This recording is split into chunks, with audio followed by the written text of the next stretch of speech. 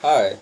So today I'll be talking about Fierce Conversations by Susan Scott. Now, a little background. Susan Scott has this organization, Fierce, which does consulting for organizations. So they help them work through issues, say, essentially issues in communications.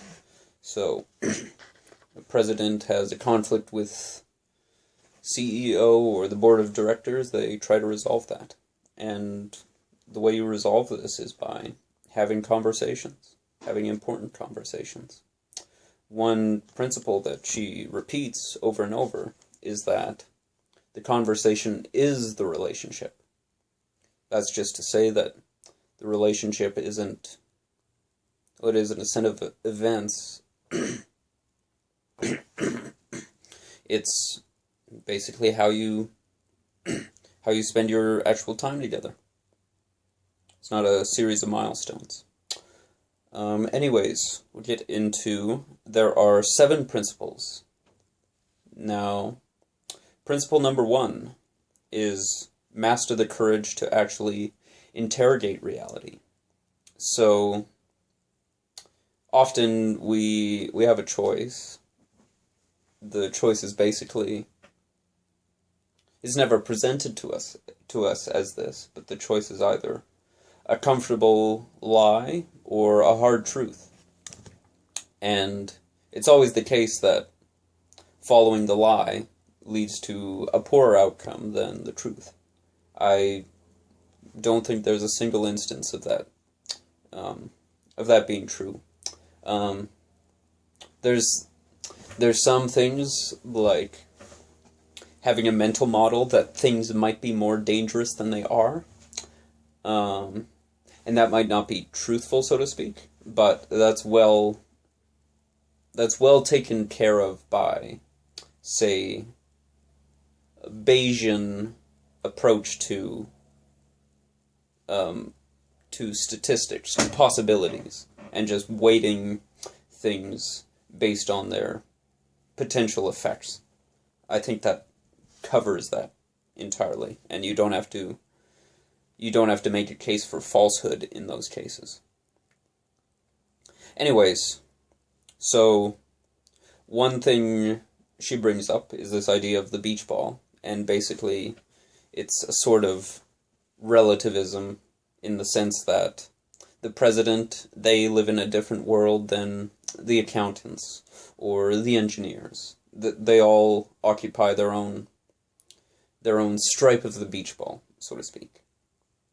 And so, yes, you have to find the truth that's common to those things. Or you find the individual truths for each stripe of the beach ball, and you know that might be different from your own truth. Another concept in interrogating reality is mineral rights, and that's basically saying, the analogy they use is that it's better to dig a 100-foot well than 100 one-foot wells in order to find water, because that one will likely be more successful because there's not much water within 1 foot. Anyways. So that's basically the idea of getting to the heart of the issue. And basically the question that's posed is, what topic, if we clarify, would give me the greatest benefit to this organization or this relationship? And yeah, you want to think of that when you're going into a conversation. Principle 2 is coming out from behind yourself into the conversation and making it real. So that just means being authentic, communicating your authentic wants. You want to be truthful, essentially. One interesting thing she brings up is that a relationship, business or personal, it can only work if both partners communicate their authentic wants. And they see their own wants as valid. That's another thing, because people often, well, they don't think their own needs are valid, which is sad, and would only it only leads to negative outcomes. I guess that's phrasing it kindly. Yes, so you have to communicate your authentic self. Third principle, it's to be here, prepared to be nowhere else. And this is basically just being present. So, this book was from the early 2000s, but there's an updated version, and we all know what's changed since then. We've come to rely on our phones a lot more since then. So our phones are a big distraction, so it's best to keep them off, frankly, when you're in the midst of an important conversation. And yeah, don't have divided focus. Just be present. And yeah, that's really important to resolve any issues. Principle 4, tackle your toughest challenge today. And that just means there's certain conversations which the potential value of having them it's just astronomical. Or I should say, the potential negative utility of not having them, that's astronomical. And though a conversation might be difficult, it might take a while, almost invariably, not having the conversation is always the more costly option. It's something I've thought about. I know cases from my own work where I avoided conversations, and it cost me. It cost me lots of time. Too much time. So yeah, you want to address that. Address issues as soon as possible. It's sort of something I was thinking of is that often, like intense discipline, it can be the laziest approach, in the sense that if you're disciplined, you end up doing a lot less work than if you just let things drag out. And it's sort of, well, there's Jocko Willink's concept. I guess it's attributed to him. So he made it a nice little phrase. It's that discipline is freedom. And yeah, if you have discipline, for example, you can work early in the day and then have the rest of the day off. Yeah, basically having the discipline to have a strict demarcation between work and the rest of things, so that you actually shut down after a day of work, and you actually recover, instead of just everything bleeding into everything else. And yeah, taking your time. Principle number 5, obey your instincts. And instinct's an interesting thing. I was reading Intuition by Osho, and yes, intuition is something that's present once you get beyond your own ego, and you have the humility to see the world. And sometimes things just present themselves, and it's very weird.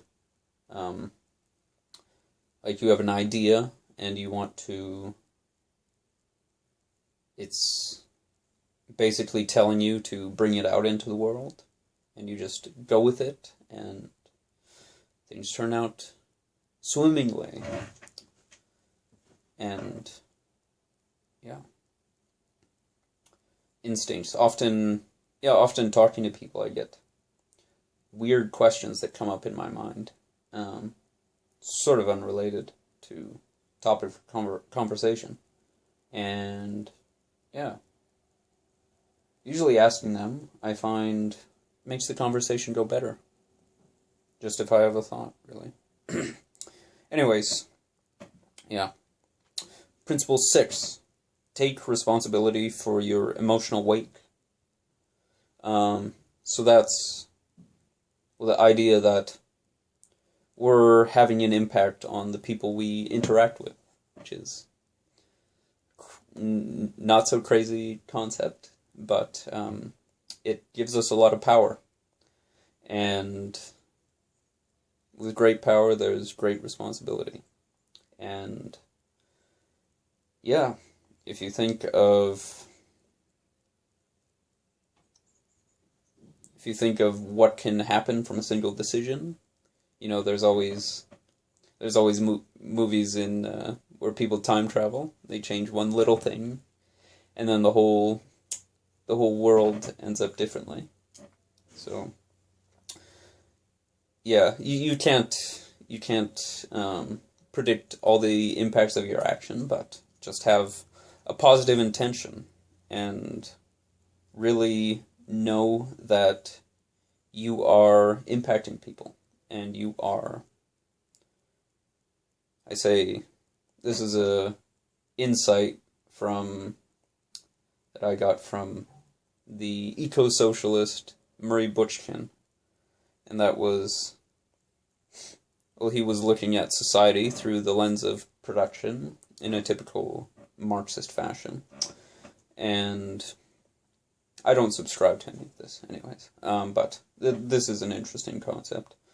That he essentially said that fundamentally we are producing each other, and that's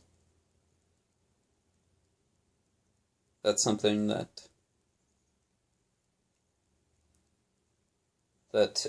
gives us a lot of power, and it's awesome power. And yeah, use it wisely. Use it to create a better world, I guess.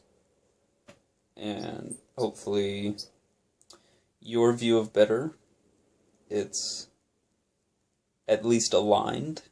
Doesn't have to be straight parallel, but hopefully our views are aligned at least a bit. And principle 7 is let silence do the heavy lifting.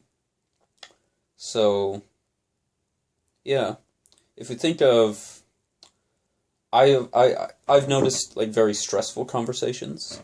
It almost feels like I'm being interrogated, and I'm just answering questions, and I want to hear from the other person a bit. But yeah, it's just question after question. And yeah, I do find that quite stressful. And yeah, I do like conversations with lots of silence. And yeah, silence allows you to assimilate what you've heard, what you've said, and it allows you to, well, basically articulate your thoughts in a better way.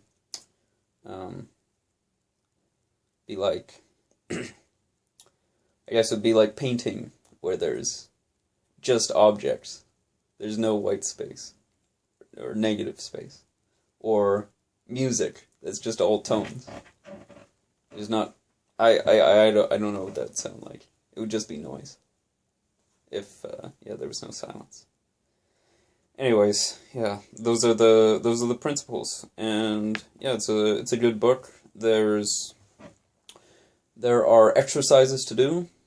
I must admit, I'm not always the best about doing those, but yeah. Anyways, have some good conversations.